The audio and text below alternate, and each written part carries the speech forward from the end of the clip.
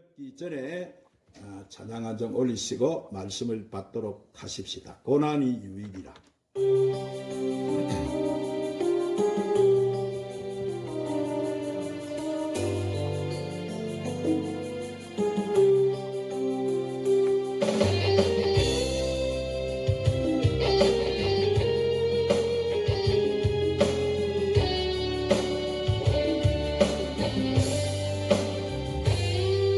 내 짐 무겁고 힘이 드냐 주를 보라. 고난이 유익이라. 주님 말씀하시네. 나의 가는 그 길을 오직 주가 나니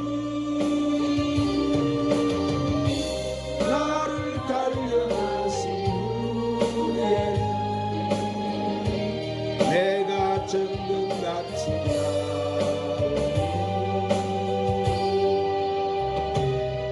오늘의 아픔은 내일의 소망이요. 쓰라리 아픔 위에 축복이 있다니. 고난은 인생의 참 의미를 알게 하고 예수님 한 분으로 만족할 수 있어요. 나의 하늘은 오직 주가 나니 나를 단련하신 후에 내가 정금같이 나오니.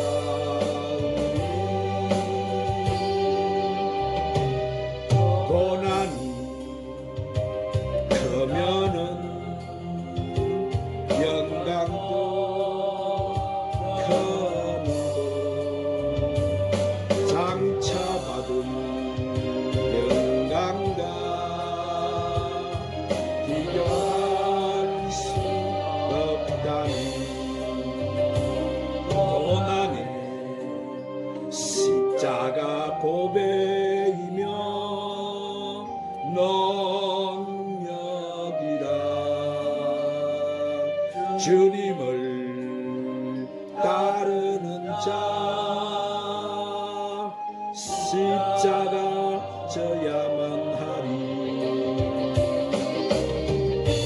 나의 가는 길은 오직 주가 나니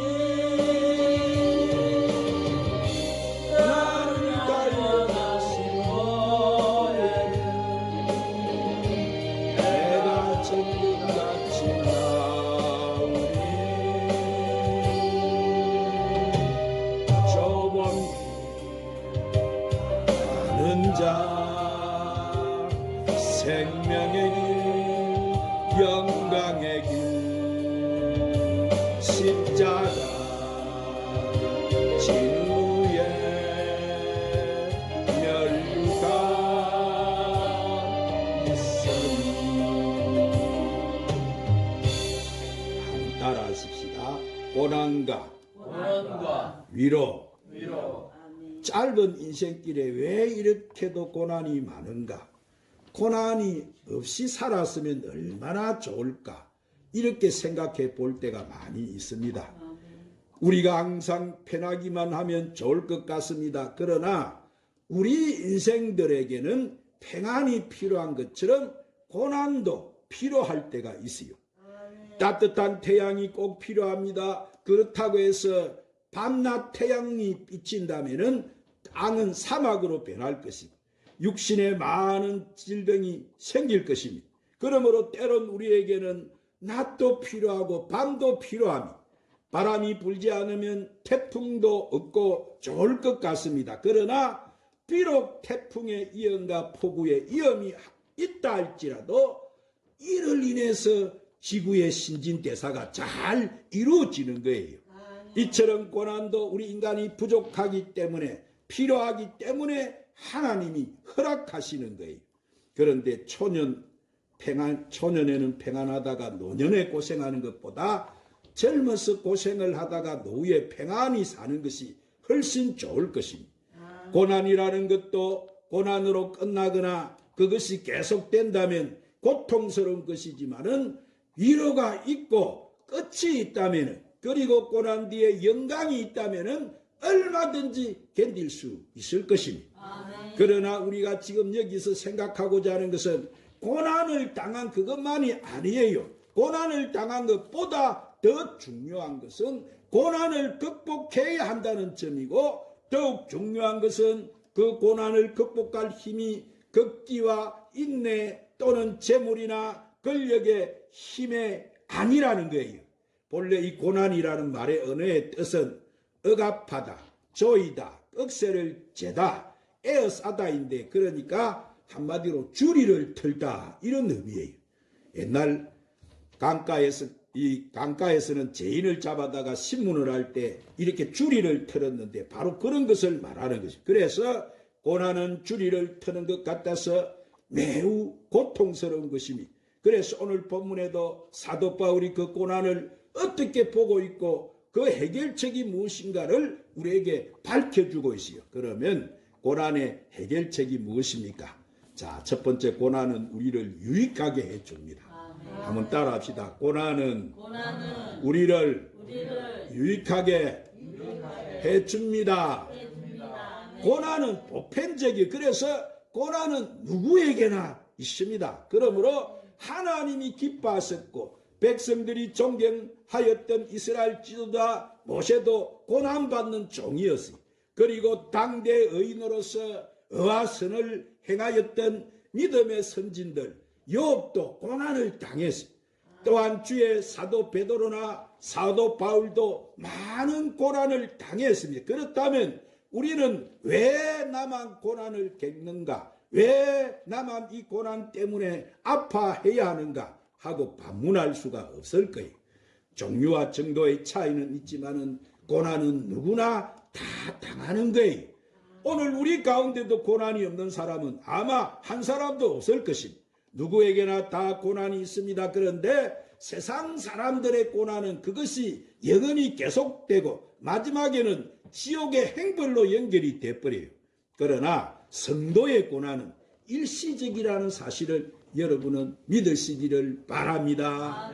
마치 이것은 초년에 고생하다가 노후에 평안이 그리고 낙을 누리며 사는 것 같은 거예요.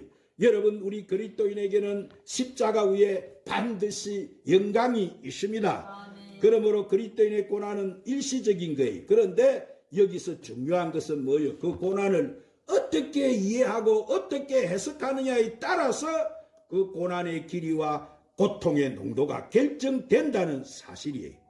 그러므로 그 고난을 어떻게 대하느냐에 따라서 그 고난이 짧게 쉽게 끝날 수도 있고 고통이 순수한 고통이 될 수 있고 즐거운 고통이 될 수가 있는 거예요. 얼마 전에 콩팥이 나쁘고 간이 나빠가 죽게 된 이 아버지에게 아들은 간을 잘라주고 동생은 콩팥들 이식해주는 아름다운 일이 매스컴에서 보도가 됐어요. 의사가 동생과 아들에게 간을 자르고 콩팥들 떼어내면 뼈를 깎는 아픔이 있을 것입니다 라고 말해 주었어요. 수술을 마치고 마취가 풀렸을 때 의사의 말대로 두 사람은 극심한 고통을 당했어요. 그러나 그 아픔이 다 가시기도 전에 건강을 찾은 이 아버지와 형님을 보고 두 사람은 큰 기쁨과 보람을 가질 수가 있었어요. 그렇습니다. 작은 것도 잘못 다루면 큰 학원이 돼요. 그러나 아무리 큰 고난도 바로 이해를 하고 바로 다루게 되면은 그 고난은 일시적으로 끝나게 되는 것입니다. 그런데 그 고난이라는 것은 자꾸 되씹고 근심하고 걱정하면은 점점 심해지는 거예요. 그러므로 여러분은 고난의 의미를 잘 알고 그 고난의 의미를 잘 깨달아서 그 고난을 유익으로 삼는 여러분이 되시기를 바랍니다. 사랑하는 여러분, 고난에는 반드시 의미가 있습니다. 무의미한 고난이라면 매우 불행한 일이에요. 그러나 의미가 있기 때문에 그것을 깨닫는 자에게는 얼마든지 유익한 거예요.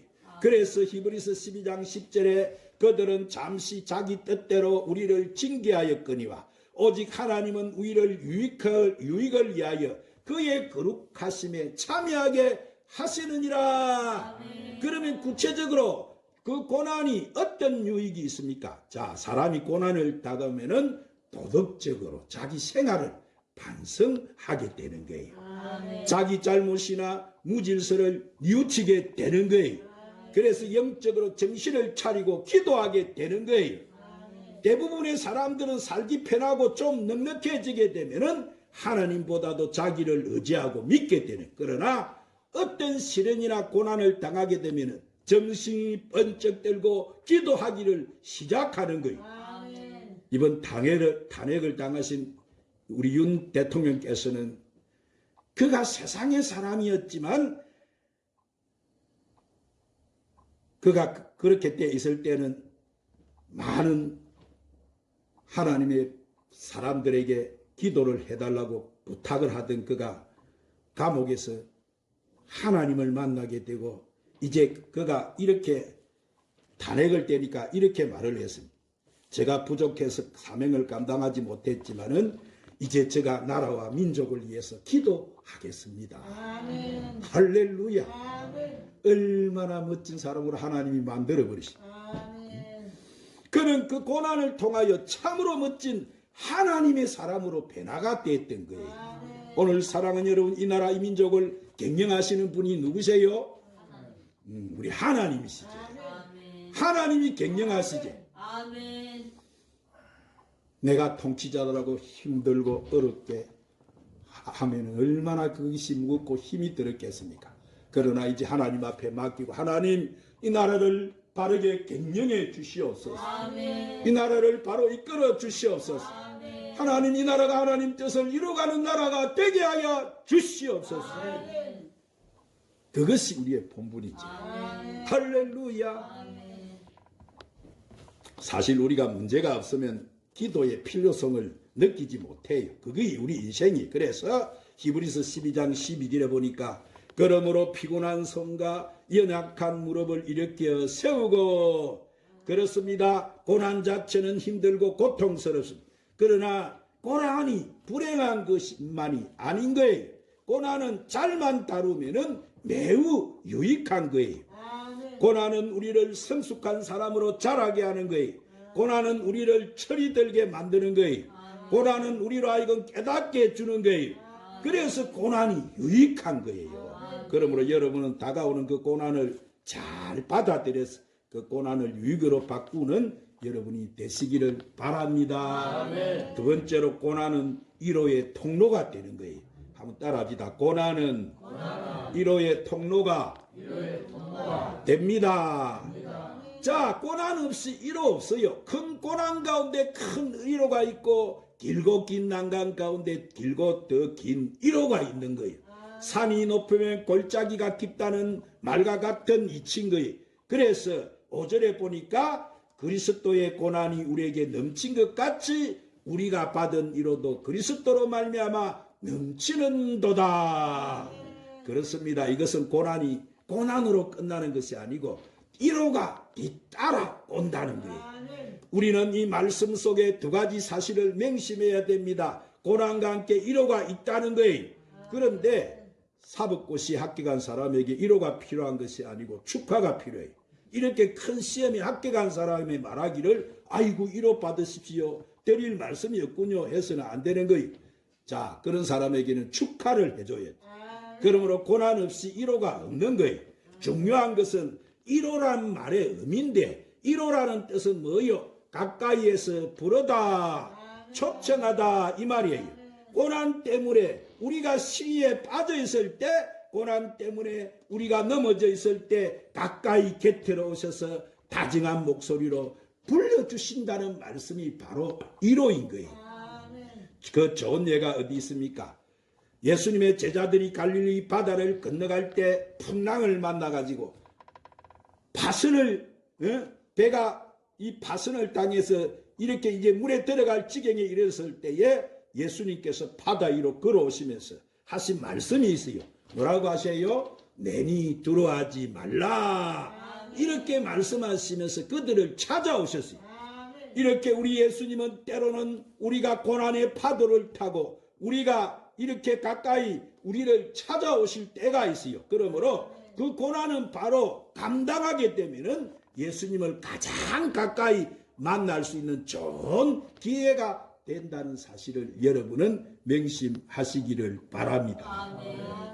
상갓집에 가보면은 조문객들이 슬픔은 당한 자를 위로하는 뜻으로서 찾아가서 밤을 새어가면서 시간을 보내죠. 그런데 그것이 잘못되어가지고 술 마시고 삼겹살 뜯어먹고 떠들고 하툭치는 모습을 볼 수 있는데, 그런 것은 아무리 우리가 생각해 봐도 위로해 주기 위해서 곁에 머무르는 사람이라고 할 수가 없어요. 이렇게 사람이라는 것은 위로한다는 것이 오히려 더 걱정을 더하게 하고 고통을 더하게 하는 일이 많아요. 자, 그렇기 때문에 인간의 진정한 인간은 위로자가 될 수가 없는 거예요.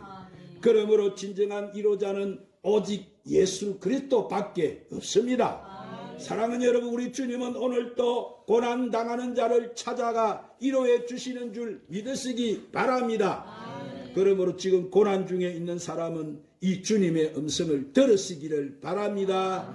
그래서 이사야 66장 13절에 보니까 어머니가 자식을 위로한 같이 내가 너희를 위로할 것인즉 너희가 예루살렘에서 위로를 받으리라. 그렇습니다. 고난 곁에는 뭐가 있어요? 하나님의 위로가 있습니다. 고난 이렇게 당한 자 곁에는 주님이 계시는 거예요. 그래서 고난과 위로는 항상 같은 길을 가는 거예요. 즉 그리스도의 고난이라는 말씀과 그리스도로 말미암아라는 말씀을 우리는 주목해야 되는데, 이 말씀들은 고난의 성격과 해결 방법을 밝혀주는 말씀입니다. 일부러 높은 데서 뛰어내려가지고 머리가 깨지고 다리가 부러졌다고 합시다. 그것은 그리스도의 고난이 아닌 거예요. 강도짓하고 도망하다가 당한 교통사고라든지 욕심을 부려 실컷 집어 삼키다가 이장병으로 고생한다면 그것은 그리스도의 고난과는 상관이 없는 고난. 그러나 우리가 복음을 전하다가 당한 교통사고라든지 기도를 하다가 당한 부상이라든지 교회를 봉사를 하다가 입은 부상이라든지 이런 것은 바로 그리스도와 관계되는 고난인 거예요. 그러니까 아무 것이나 그리스도의 고난이라 해서는 안 되는 거예요. 또 하나 중요한 것은 뭐예요? 우리가 그리스도로 말미암아 위로가 넘친다는 거예요. 이것은 진정한 위로자가 누구인가를 설명해 주고 있는데, 고난을 당할 때 부모의 위로나 친구의 위로나 친지의 위로가 있을 수 있어요. 그러나 여기에는 한계가 있는 거예요. 그런데 참 위로는 바로 그리스도의 위로인 거예요. 그 이유가 뭡니까? 주님 자신이 우리보다 더 고난을 당하셨기 때문이에요. 그것도 우리를 멸망해서 구원하시기 위해서 우리를 대신해서 그 고난을 다 받으셨기 때문이에요. 그래서 우리의 이 고난을 다 채울하시고 아시는 분이 바로 주님이세요. 그러므로 주님은 진정으로 우리를 위로할 수가 있는 거예요. 왜냐하면 주님은 죽은 자라도 바로 살릴 수 있는 능력을 가지셨기 때문에. 9절에 보니까 우리는 우리 자신의 사형의 선고를 받는 줄 알았어. 이는 우리로 자기를 의지하지 말고 오직 죽은 자를 다시 살리시는 하나님만 의지하게 하려 하심이니라. 그렇습니다. 힘이 없으면 아무것도 못해요. 이로도 힘이 있어야 하는 거예요. 그래서 예수님은 뭐라고 하세요? 죽은 나사로에게 나사로야 나오너라. 이 말씀 한마디로 이 죽은 나사로를 살리신 그 능력이 마리아와 이 마르다를 위로해 주신 거예요. 그러므로 두려워하지 말라. 놀라지 말라. 내가 너를 도와주리라. 내게 그것을 맡겨라. 내가 처리해 주리라. 염려하지 말라. 내가 그를 다시 살려주리라. 이렇게 말씀하실 수가 있고, 말씀하신 대로 하실 수 있는 주님만이 나의 영원한 이로자가 되시는 거예요. 할렐루야. 그러므로 이런 하나님의 은혜와 사랑과 능력을 믿고 아는 그리스도인이만이 참된 위로를 받을 수가 있는 것입니다. 오늘 사랑하는 여러분, 지금 고난 중에 고통에 당하는 분인들이 있습니까? 지금 여러분 곁에는 사랑의 주님이 제일 가까이 계시는 줄 믿으시기를 바랍니다. 그리고 지금 고난 중에 있으면 부드러운 주님의 음성을 듣고 세상에 알지 못하는 신령한 하늘의 위로로 새 힘을 얻고 더욱더 기뻐하며 감사하며 늘 승리의 자리에서 설 수 있기를 주님의 이름으로 축원합니다. 기도하십시오. 주님, 오늘 또 고난과 위로라는 말씀으로 우리를 축복해 주시니 감사합니다. 주님, 우리가 우리의 삶이 고난 중에 있을 때 우리 곁에는 사랑의 주님이 제일 가까이 계시는 줄 우리가 믿게 하여 주시옵소서. 그래서 우리가 고난 중에 있으면 우리를 위로하시는 부드러운 주님의 음성을 듣고 세상을 알지 못하는 신령한 하늘의 위로로 우리가 새 힘을 얻게 하시고 더욱더 기뻐하며 감사하며 승리의 자리에 설 수 있는 저희들이 되게 하여 주시옵소서. 예수님 이름으로 기도드리옵나이다.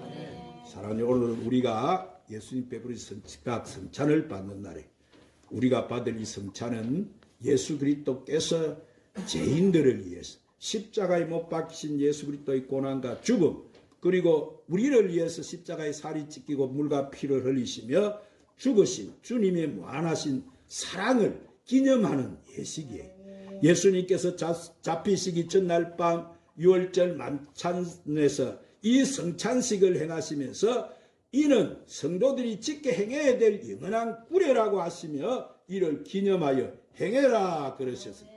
그러므로 우리가 알아야 되는 것은 이 성찬의 본질적인 의미는 애행적인 의식 자체에 있는 것이 아니고 이를 정해주신 우리가 주님의 뜻을 이해하고 기념하는 데 있다는 사실을 믿으시기를 바랍니다. 그래서 예수님이 요한복음 6장 53절 58절 말씀에 이렇게 말씀하셨어요.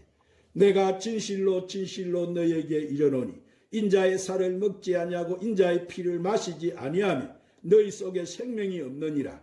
내 살을 먹고 내 피를 마시는 자는 영생을 가졌고 마지막 날에 내가 그를 다시 살리리니 내 살은 참된 양식이요 내 피를 마시는 자는 내 안에 가고 나도 그 안에 가나니 살아계신 아버지께서 나를 보내심에 내가 아버지로 말미암아 사는 것 같이 나를 먹는 그 사람도 나로 말미암아 살리라. 이것은 하늘에서 내려온 떡이니 조상들이 먹고도 죽은 그것 같지 아니하. 이 떡을 먹는 자는 영원히 살리라. 아멘. 이 시간은 우리 다 같이 성찬을 받기 위해서 144장 찬송을 부르신 후에 주신 말씀을 붙들고 합심해서 기도하는데 주님 부족한 인생들에게 자비를 베푸신 우리 하나님, 주님 이 시간 우리의 영을 활짝 열어주세요. 나를 사랑하고 십자가에 못 박히신 우리가 주님을 바라보게 해 주시옵소서. 이 시간 성령께서 우리 마음을 다 부드럽게 해 주셔서 환하게 밝혀 주셔서 막힌 것을 다 제거해 주셔서 주님이 나를 지신 그 십자가에 동참하여 성찬을 받게 하여 주시옵소서. 그렇게 기도하겠습니다. 144장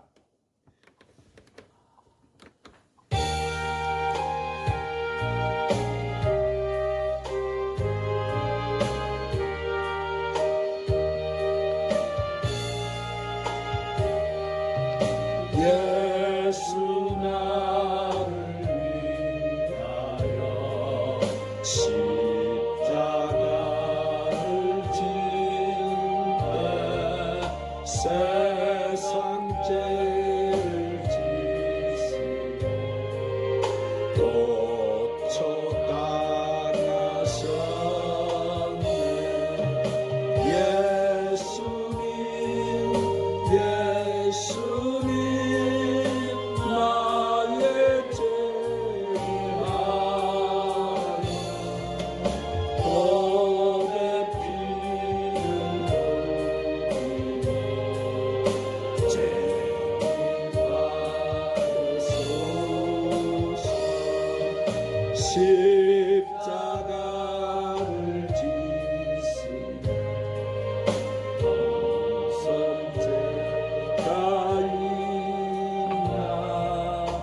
저